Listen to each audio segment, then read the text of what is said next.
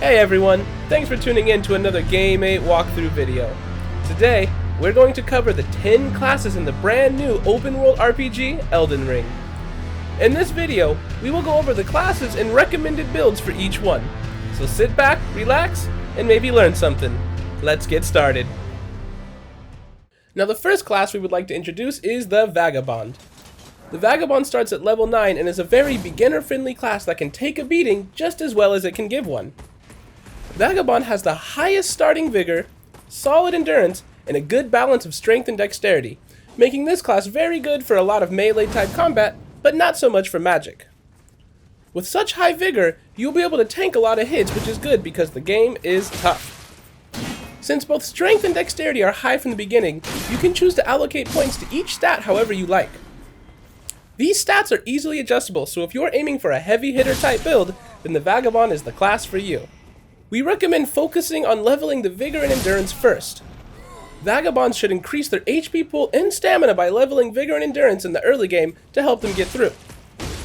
Once you have enough HP to tank some of the enemy attacks and enough stamina to roll and attack continuously, we focus on leveling these two stats until then. Level up strength and dexterity to match the weapon of your choice. Allocate points in these two stats to meet the requirements of your desired weapon. It is best to use weapons that require these points because that is what the Vagabond is strong in. Keeping that in mind, find the perfect weapon for you and allocate your stat points accordingly to make the best possible Vagabond. Now the next class we would like to introduce is the Warrior. This class starts at level 8 and has amazing dexterity, unfortunately at the cost of vigor and endurance. It actually has the highest starting dex at 16 and can do tremendous damage with weapons that scale with this attribute. The Warrior also has a decent starting mind stat of 12, so it has decent resistance from the get-go. Allocating some points into End can turn this class into a magical sword-wielding menace.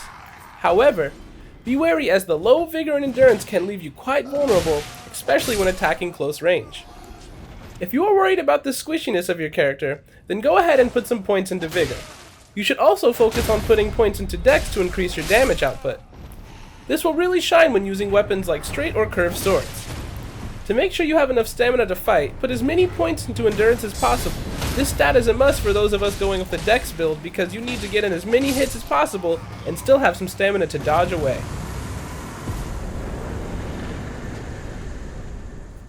Here we have another beginner-friendly class, the Hero. This class starts at level 7 and has the highest vigor and strength, which will be perfect for new players. On top of this, Hero has a decent starting endurance, so you will have enough stamina to attack, block, and dodge your way to victory. Putting your points into strength can make this class a wrecking ball, defeating all in its path. This will come at a cost though because you will most likely not be using any form of magic.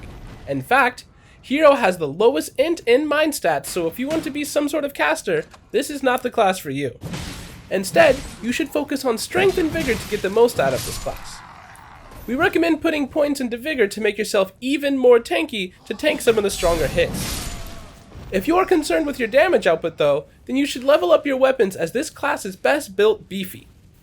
If you do not want to use precious materials in the early game, then go ahead and toss some points into strength anyways. It is still a viable option.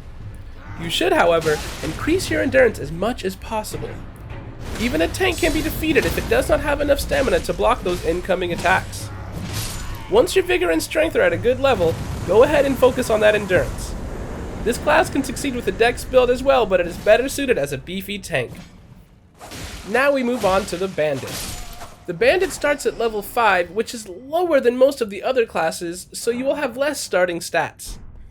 The Bandit is a master of Arcane, and Arcane affects item drop rates from slain enemies, as the name of the class somewhat suggests.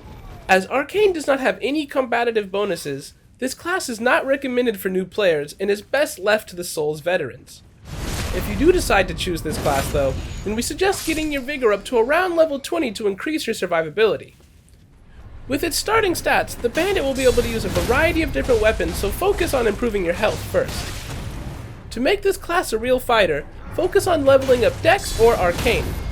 The Dex build of this class can do some real damage, but if you go the Arcane route, you will want to make sure you get Henri's Straightsword to make that build viable. Meet the Astrologer, the high damage spellcaster.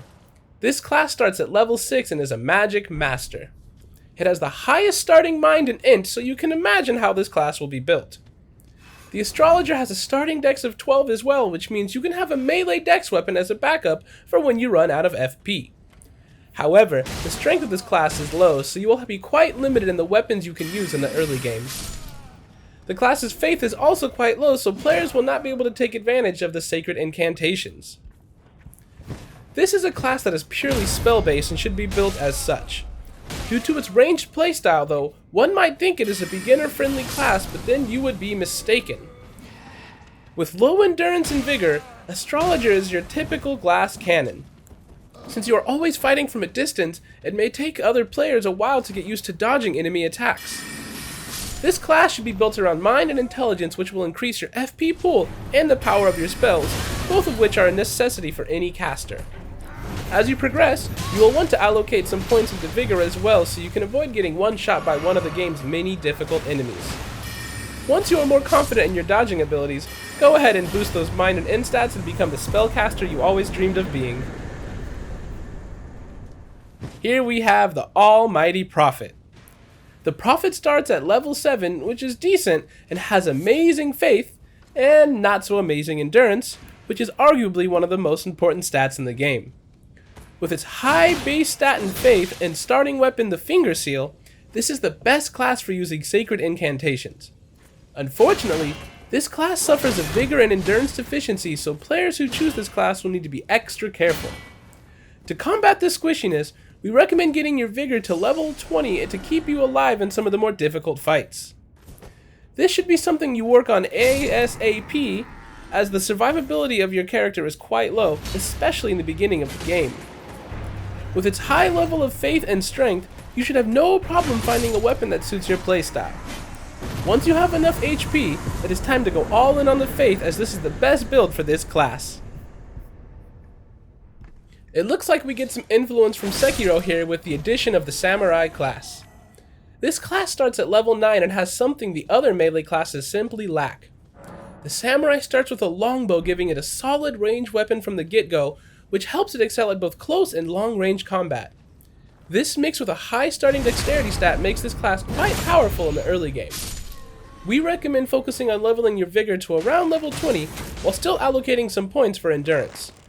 If you are able to defeat your foes and dodge before they are able to defeat you, you can hold off on leveling your vigor and rush straight into your dexterity and endurance.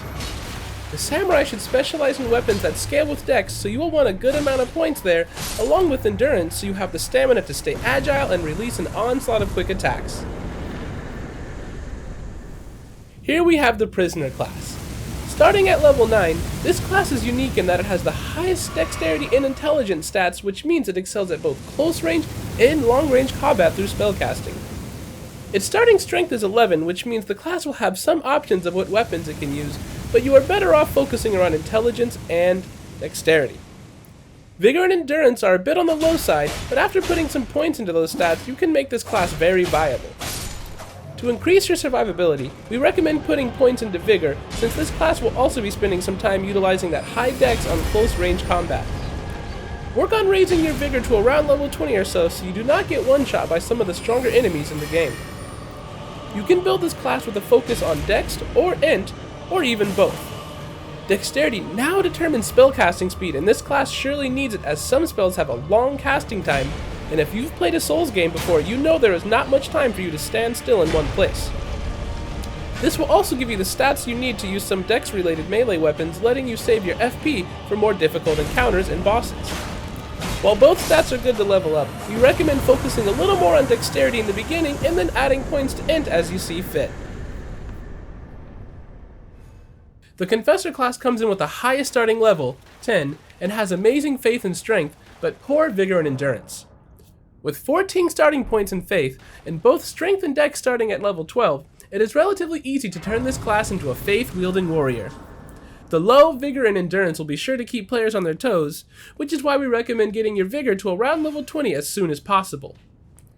What is special about the Confessor's starting stats is that it leaves you with many possible options of what weapons you can use, so you can focus on increasing your vigor before putting points into other stats. While allocating points into other stats is still viable, try focusing on getting stats into your vigor to give yourself the biggest advantage in increasing your survivability. Once your vigor is high enough, or you're able to dodge and block every attack that comes your way, you will want to focus on putting points into Faith. While leveling Faith, allocate points that best scale with your favorite weapon type and get ready to take on every foe this game throws at you. And last but not least, we have the Wretch, which some of you may know as the Deprived class from Dark Souls 3. This class starts at level 1 and has no special bonuses or attributes. In fact, all of its stats are equally set at 10, and your only starting gear is a club. This class is as close to a hard mode as you will get in this game. The Wretch is absolutely not for beginners, and just by choosing this class, you could be potentially setting yourself up for failure. However, as this class starts at level 1 with all even stats, it gives the player complete freedom to build this character however they like, so in that regard, it does have some value. Following a Dark Souls 3 strategy, we recommend going an Arcane build for those brave enough to pick this class. Again, Arcane dictates the likelihood of slain enemies dropping loot. Combine this with Henri's Straightsword, this could be a solid class for veteran players. The Wretch class separates the children from the adults, so which one are you? So there you have it, Souls fans. A recommended build for all of the classes in the game. We would like to hear from you though. What class are you going to choose? What do you think of our builds? Or do you have any other possible ideas? Let us know down in the comments, and as always, be sure to like and subscribe. Thanks again, and see you in the next one.